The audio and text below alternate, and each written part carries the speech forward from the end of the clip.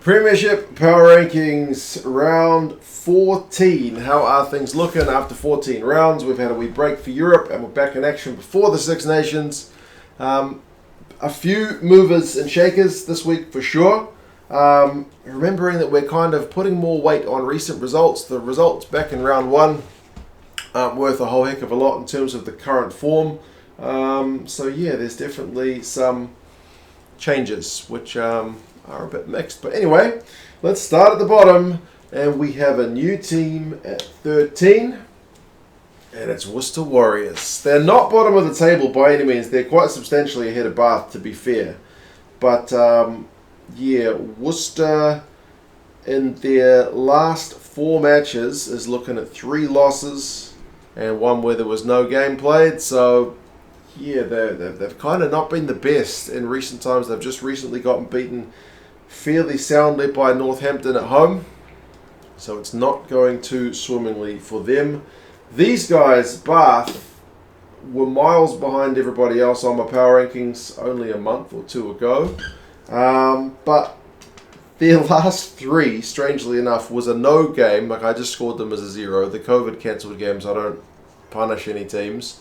And then 2 wins on the trot. So they're unbeaten in 3 rounds according to the power rankings. So they very marginally slip ahead of Worcester. We'll see if they can continue this faith that the numbers are showing in them.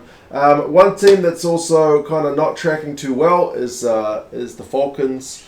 Newcastle are the same as last week, to be fair. I've had them down kind of in the dumps as they've been on a bit of a losing run. They've had 5 losses and a bye in their last 6, so it's a long time since they've tasted any victory. If they keep losing, they're going to keep slipping, honestly, and that loss to Gloucester kind of didn't help things. 10th is Bristol. They were on the bye, so there's kind of not a lot doing with them. They're the same as they were last week, and then despite their win, there's not quite enough to move Sale up to another spot, even though they beat Leicester. It's very marginal between them and the team that I've got above them. But the team that I've got above them also had a good win over one of the top ranked teams, and that was Wasps. Wasps are another one who are kind of the same as last week, well last time I did the power rankings. So they've had a couple of wins in a row.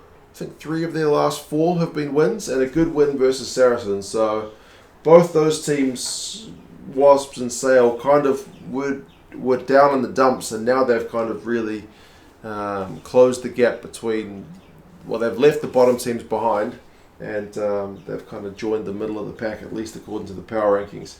Who else have we got? We got Exeter. Exeter, the Chiefs, are down a place. Yeah, that's 2 losses in a row for them. They lost to London Irish. I know they're without their internationals. They're also 7th on the log. Like, Wasps are 8, Sale are 9th, Exeter is 7th. I've got all those in my power rankings the same as what the log is looking like. So maybe for those middle of the road teams, that's kind of a fair reflection. And likewise, London Irish. I think they're 6th on the log, and I've got them 6th in the power rankings. They're up 1. Long time with no games. They've had a bye and at least 1 game called off with COVID stuff. So yeah, for them to come out as they did and beat Exeter, I thought that was a pretty good shift. Last in this row, it's Quins, which was kind of one of the major divergences of the teams who have got a way different spot on the board. They're 3rd on the log. I mean, there's not much between the top teams, to be fair, in terms of the points. I mean, the Leicester's obviously ahead of everyone else, but those teams behind Leicester, there's not a lot between them. But for Quins, they've had a 3-match run ended. I've got them down 2 spots.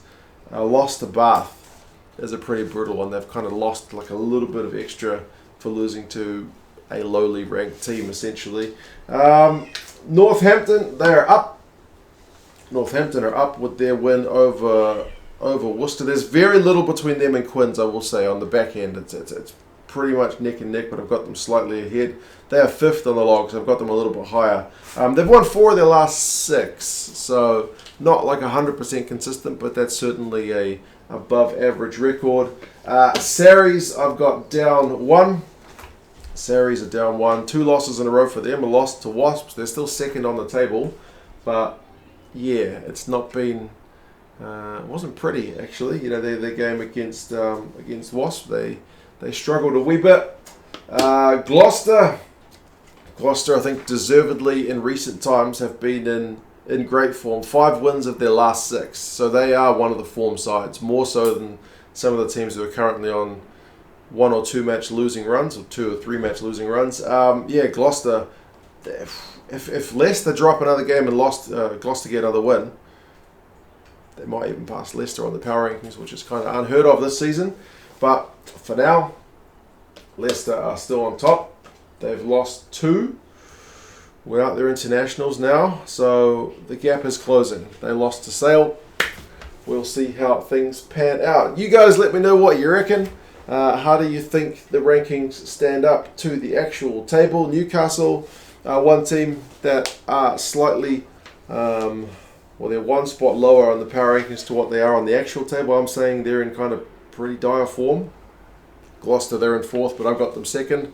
I'm saying they're a team to watch. But yeah, you guys let me know your thoughts, and I'll talk to you guys again soon. See you later.